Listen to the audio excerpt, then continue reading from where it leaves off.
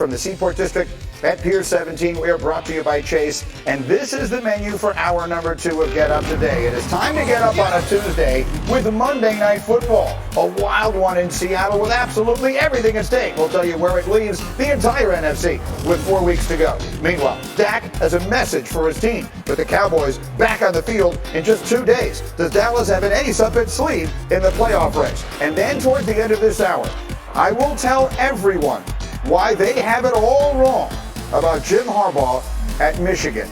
Trust me, I've got this. That and more in this hour. Let's get up and let's start in Seattle. Dan Orlovsky, Vikings and Seahawks.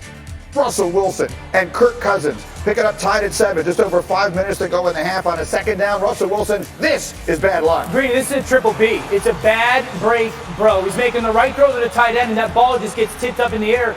And then he does the right thing. He's going to try to bat it down back to the ground, but he just gets his arm caught. Everyone who said he was too short to play in the NFL, they feel vindicated. They were finally right. Big turnover for Minnesota. Pops it straight in the air, and the Seahawks have a 17-10 halftime deficit, but then Dalvin Cook leaves it on the ground. 2 worst case scenarios, right? Like you get the turnover if you're Seattle, Minnesota fumbles the ball. You're going to watch Green come in and punch that right arm right to the football, and Dalvin Cook falls on that shoulder, feels something on that shoulder, stays down on the ground. He would not return to the game, and the Seahawks return that into a field goal later in the third. Seattle's up 20-17, and on a third down, David Moore is wide open. Hey, don't blow coverages, especially against an MVP candidate quarterback in Russell Wilson. That's what makes him so great. One of the things is, you make a mistake, he hurts you. Oh, and that's the new addition, dance, and you love it, but you know who didn't? Was Xavier Rhodes, who gave up 4 catches for 99 yards and a touchdown the first 4 times he was targeted. Seattle up 10.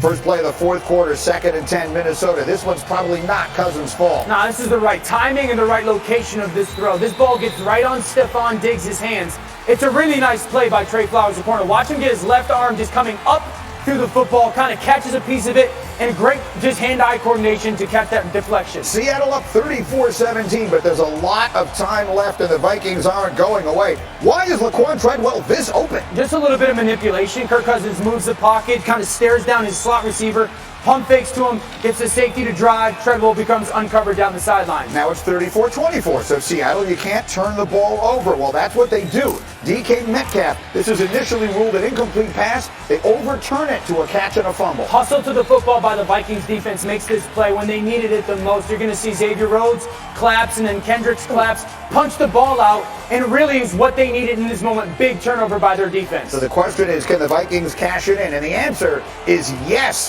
How about Kyle Rudolph with a one-handed grab? Remember this name, Kyle Rudolph, in crucial situations for this football team. Just a high ball, great touch by Cousins, and Rudolph only needs one hand to go secure this big 3rd and goal touchdown. Vikings would miss the extra point, so it's 34-30. Seattle would then punt. Now we got a 4th and 3 for the Vikings. They go for it. Yeah, because I hate the play call, I hate the decision, I hate the design, I hate everything about it. Go get into a bunch, get into a stack. Don't throw this out-breaking route into cover 3 zone to Irv Smith. The ball should have gone to Diggs or Kyle Rudolph. Vikings had 3 timeouts left. Instead, they give it back to the Seahawks, who need to try and run it out, and they ran it all night long. That's a gain easily gets the first down on a 3rd and 1 for Chris Carson. The Seahawks would rush for 218 yards and go on to win 37-30.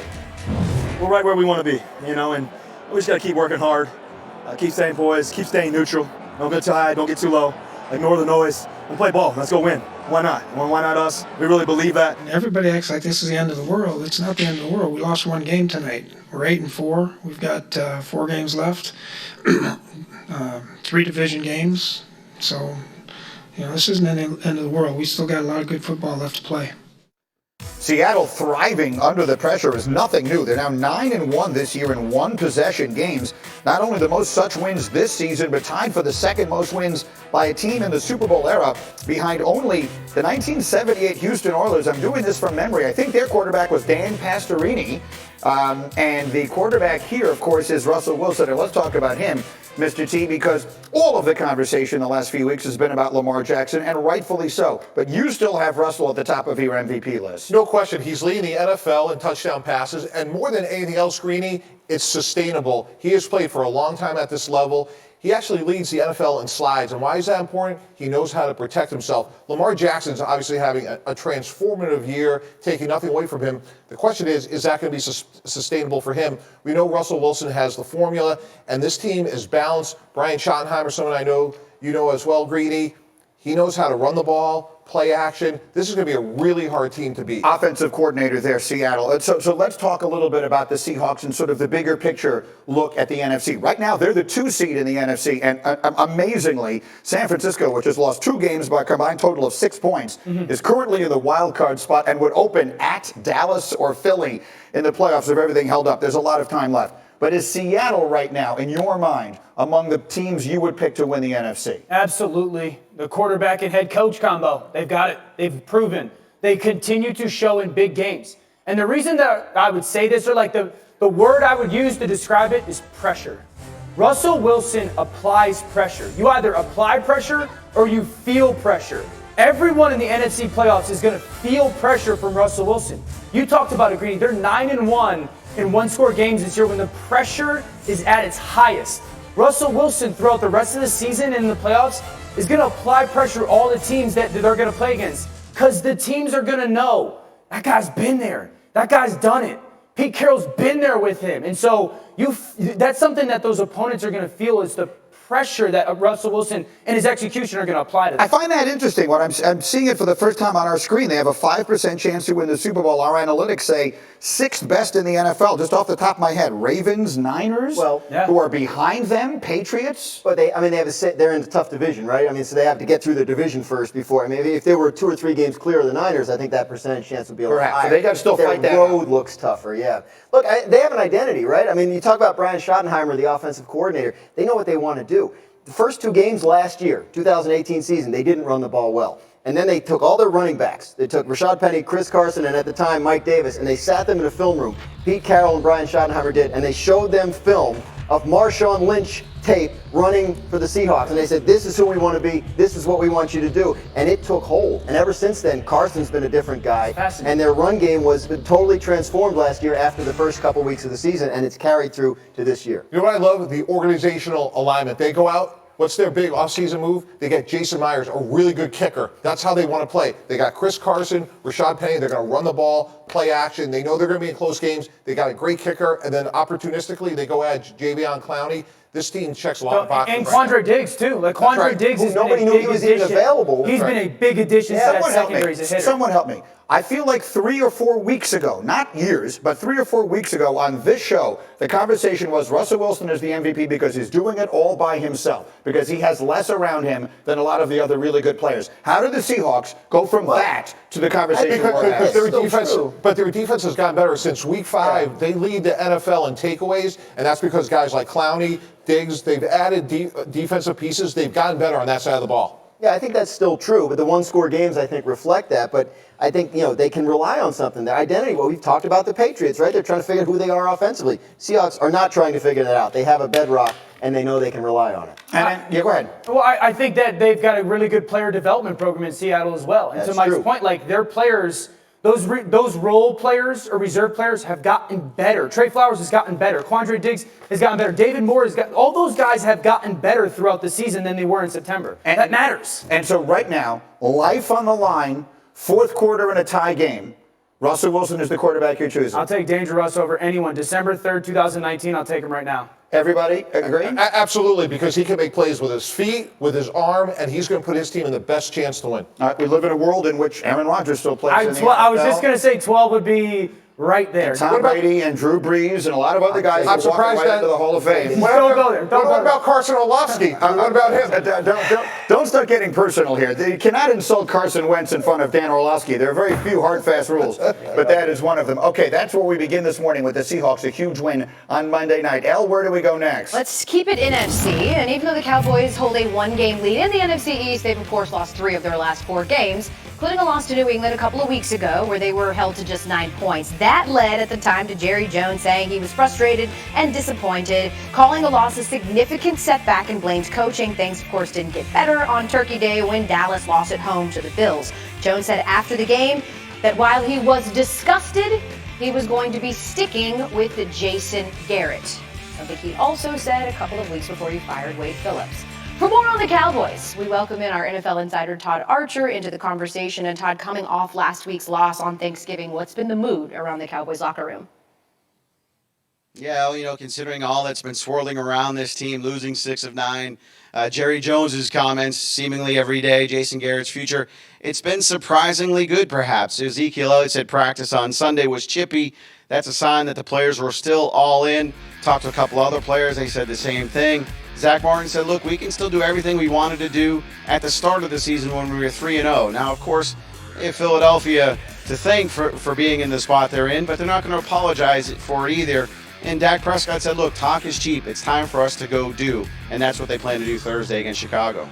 Yeah, I'm glad you brought up Dak. How's he been handling the recent pressure surrounding the team struggles?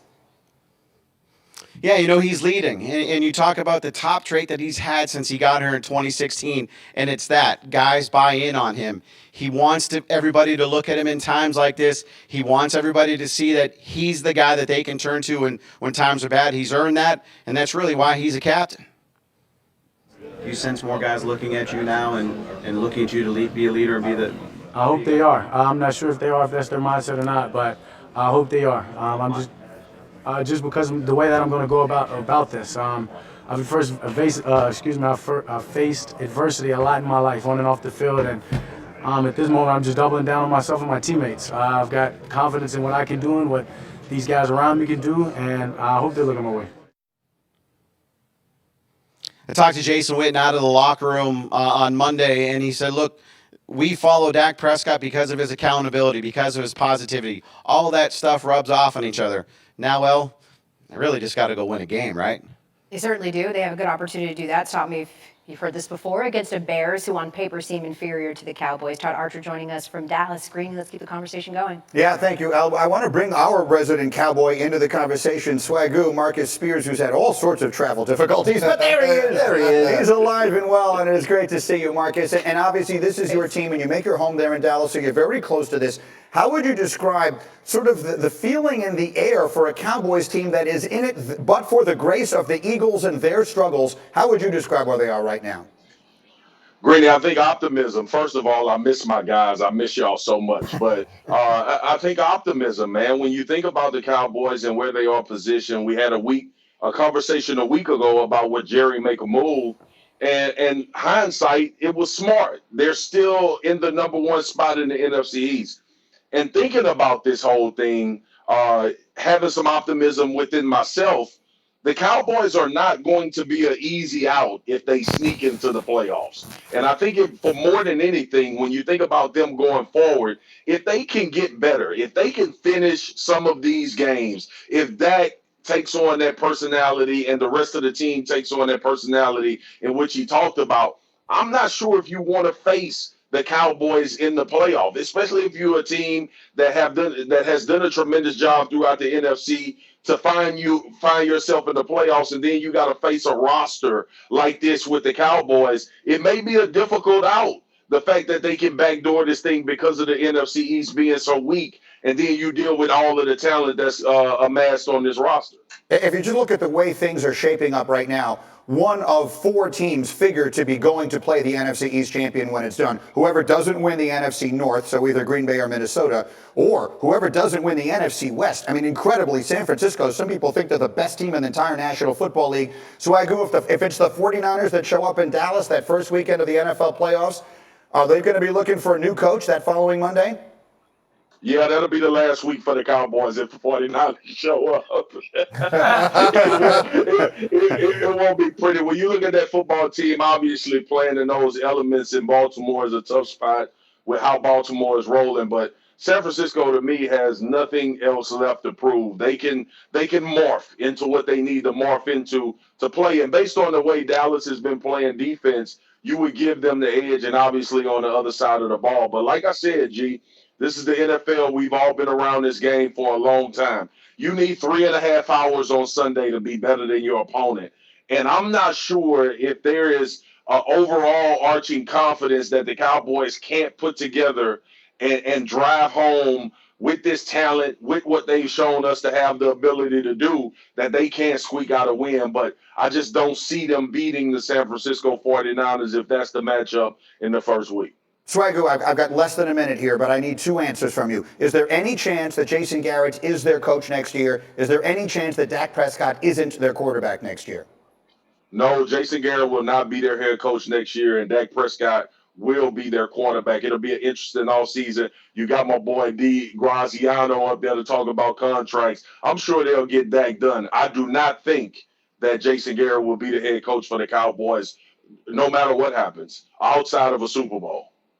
All right, yeah. I mean, Tannenbaum has already signed Dak Prescott, and he's not even working in the business anymore, but he's already trying to throw $40 million at him. All right, Swagoo, stay with us. We need you all morning long. Meanwhile, Elle, let's go back to school. Yeah, let's go college football. Of course, Alabama's big loss to rival Auburn in the Iron Bowl on Saturday has all but crushed their chances of making the playoff. Our Football Power Index has them at less than a 1% chance at the moment of getting in. There was really question marks anyway coming in, and if you go back to when the season started to go awry, you could go to week 11, right? Joe Burrow and the Tigers won at Bama by hanging 46 points, snapping Bama's 8-game winning streak against LSU. A week later, Tua Tagovailoa injures his hip against Mississippi State, an injury that would require surgery, and Mac Jones would take over at quarterback. And then that took us to this past Saturday in the Iron Bowl, when Auburn put up a 48 ball in an upset over their in-state rival, essentially knocking Alabama out of playoff consideration.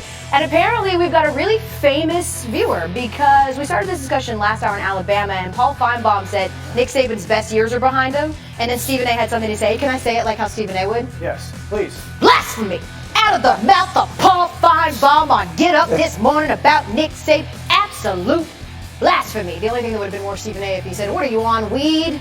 Paul Feinbaum, Stephen your A. gets up reaction? this early? I didn't know that. Ooh. He has a show coming up. I forgot. Yeah. What do you make of his comments, and do you want to back down from Here's what what he said? troubles me about Stephen A. Nick Saban invited him down to speak to the team before the season, and they've been in a free fall ever since. I love this. So it's Stephen A's fault. The decline of Bama's tied to Stephen A. I love that. What is the because listen, obviously rumors of their demise might be greatly exaggerated, but it seems like the playing field has been leveled a little bit. What do you make of it, Dave? I think we need to slow our roll, Mr. Feinbaum, on the Bama is done thing. No one has started more true freshmen in the country than Alabama. They had 2 pick-six on the road and still lost by 3, even though devastating injuries. The most fascinating thing, look at the passion with Nick Saban. The most fascinating part, because I know people are going to say, like, well, Ohio State, LSU are coming. The transfer portal is going to be a big part of this conversation in the next couple of years with Bama. How does he handle the transfer portal? Because LSU benefited from the transfer portal with Joe Burrow, and Ohio State has benefited from the transfer portal with Justin Fields. So, that to me is the biggest conversation over how does recruiting continue to go. Dan, usually people in my position misquote people in your position. You're now misquoting me as a backup quarterback. I find that hilarious. Why do you have to The point being, I have never said they're done. I just said the dynasty's window has closed. Nice word. And the dynasty window is dominating, and they're not dominating. If you look at the last 3 games against top opponents, Clemson, 28 points. LSU, they just got gashed badly. And then again against Auburn, their defense has been dreadful. And you can't win with a defense playing that poorly, giving up 40-plus points in every one of those games. And a lack of discipline. One of Saban's own players said after the game, yeah, against the good teams, we just can't really seem to hold it together. Back to your question. Nick Saban is the king lion. There's a bunch of other lions coming for his top spot. If you study history, which I know you did at UConn, you find that dynasties like this slowly come to they slowly begin to dissipate, and then suddenly they fall off a cliff. Nick Saban is still the best coach of all time, but I don't think his program is in a position right now to dominate. And one more thing, Dan, the transfer portal, I think that is Nick Saban's biggest enemy. Okay, I'm less of a Lions fan and more of a Tiger. So let's bring in Marcus Spears, our resident Tiger. What do you think? Do you agree with Paul or with Dan?